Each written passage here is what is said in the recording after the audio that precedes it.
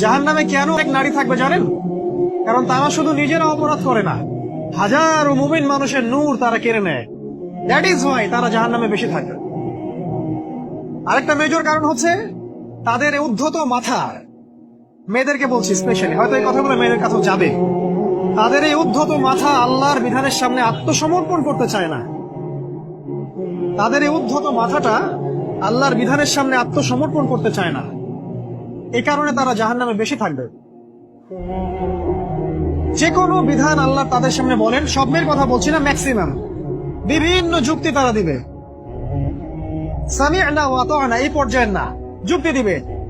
পর্দা করলে কি এখন কেমন করে চাকরি করব, পর্দা করলে কেমন করে পড়াশোনা করা যায়, এখন তো যাইতেই হচ্ছে, কিছু তো করার নাই, বিভিন্ন যুক্তি, হাজারটা যুক্তি তারা দিবে। কে জানি তাদের ব্রেইনটাকে পুরো ওয়াশ করে ফেলছে। রাসূল সাল্লাল্লাহু আলাইহি ওয়াসাল্লাম বলেছেন, দাজ্জালের শেষ অনুসারী হবে এক শ্রেণীর নারী। মাশাআল্লাহ, দাজ্জালের শেষ অনুসারী হবে এক শ্রেণীর নারী। তাদেরকে ঘরে ইসলামিক অনুশাসনে রাখার জন্য বাবা, ভাই, স্বামী শিকল দিয়ে বেঁধে রাখবে, তারপরেও তারা শিকল ছেড়ে বের হয়ে যাবে, আটকাতে পারবেন না, because of their mind is brain wash. এ কারণে দেখা যায় তাদেরকে যখন কোনো বিধানের কথা আপনি বলবেন, তাদের এই উদ্ধত মাথাটা আল্লাহর বিধানের সামনে অবনত হতে চায় না, বিভিন্ন যুক্তি তর্ক তারা দেয়। এই কারণেই তাদের সংখ্যাটা জাহান্নামে বেশি হবে। আরো কারণ আছে, রাসূল বলেছেন সারা জীবন তাদের জন্য করবেন। স্পেশালি তাদের উদ্দেশ্য করে বলছি যাদের অ্যাফেয়ার আছে। যতই করেন, যত কিছুই করেন না কেন, আপনি যদি তাকে ভোগ বিলাস এবং পার্থিব সুখ শান্তি দিতে না পারেন, সে আপনাকে চিনবে না এক সময়। আপনি যদি আমাদের কথা বিশ্বাস না করেন, লিখে রাখতে পারেন।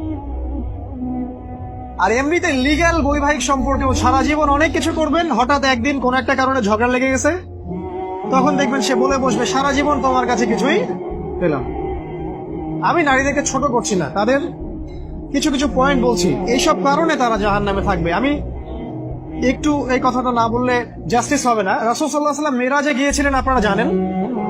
তিনি মেরাজের রাতে অনেক অলৌকিক জিনিস দেখেছেন, নবীদের সাথে সাক্ষাৎ করেছেন, ইভেন আল্লাহর সাথে কথা বলেছেন, আল্লাহর নূর দেখেছেন। এই সময় সবাই তাকে হাসি মুখে সম্বর্ধনা জানিয়েছিল। যার সাথেই দেখা হয়েছে তার সাথেই তিনি হাসি মুখে অভ্যর্থনা তাকে জানিয়েছে, আসসালামু আলাইকা আইয়ুহান নবী, সবাই বলেছে হাসি মুখে। একজন মালাক, একজন ফেরেশতা তাকে দেখে হাসেননি, একজন। আপনারা কি জানেন? রাসূল সাল্লাল্লাহু আলাইহি ওয়াসাল্লাম অবাক হয়েছিলেন। তিনি বলেছিলেন যে, ইয়া জিবরিল, ওর চেহারাটা এত গম্ভীর কেন, সে আমাকে দেখে হাসছে না কেন, তার মুখে হাসি নাই কেন? জিবরিল আমিন বলেছেন যে তার নাম হচ্ছে মালাক, সরি তার নাম মালিক, তার নাম মালিক, সূরা যুখরুফের মধ্যে আছে, তার নাম মালিক। যেদিন থেকে আল্লাহ জাহান্নাম সৃষ্টি করেছেন, সেদিন থেকে তাকে জাহান্নামের দায়িত্ব দিয়েছেন, অর্থাৎ জাহান্নামের হেড অফ ডিপার্টমেন্ট, ইনচার্জ। সেদিন থেকে তার মুখের হাসি উঠে গেছে। আমরা দোয়া করি আমরা যেন তার সাক্ষাৎ না পাই।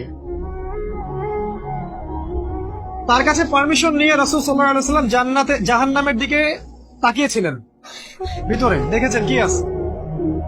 তিনি পরে যা ব্যাখ্যা করেছেন তা হলো, আমি দেখলাম সেখানে খালি মেয়ে আর সেখানে খালি নারী আর নারী। এই হাদিসটা আপনার মাকে বলবেন, আপনার বোনকে বলবেন, আপনার মেয়েকে বলবেন, আপনার স্ত্রীকে বলবেন। এই হাদিসটা যদি কারো হৃদয়ের মধ্যে গেঁথে যেতে পারে, তার দ্বারা অন্যায় করা সম্ভব না। কিভাবে একটা মেয়ে সবকিছু উন্মুক্ত করে ঘুরতে পারে যখন অলরেডি তার আত্মা জাহান্নামে জ্বলছে অলরেডি, কারণ ভবিষ্যৎ তো আল্লাহ জানেন। যেমন উমর রাদিয়াল্লাহু আনহু এর ঘর জান্নাতে আছে, রাসূল সেটা দেখে আসেন নাই? এসে ওমর ইবনুল খাত্তাবকে বলেছেন না যে আমি দেখে আসছি তোমার ঘর, আমি ঢুকিনি তোমার ঘরে তোমার আত্মসম্মানের কারণে। তার মানে তিনি পৃথিবীতে বিচরণ করছেন, ঘর তো জান্নাতে অলরেডি তৈরি হয়ে আছে। মেয়েরা দিব্যি ঘুরছে এভাবে, এবং তারা মোটেও সচেতন না তাদের ঘর হয়তো বা জাহান্নামে রেডি। আর আমাদের so called modern western civilization এদেরকে ব্রেইন ওয়াশ করে দিয়েছে।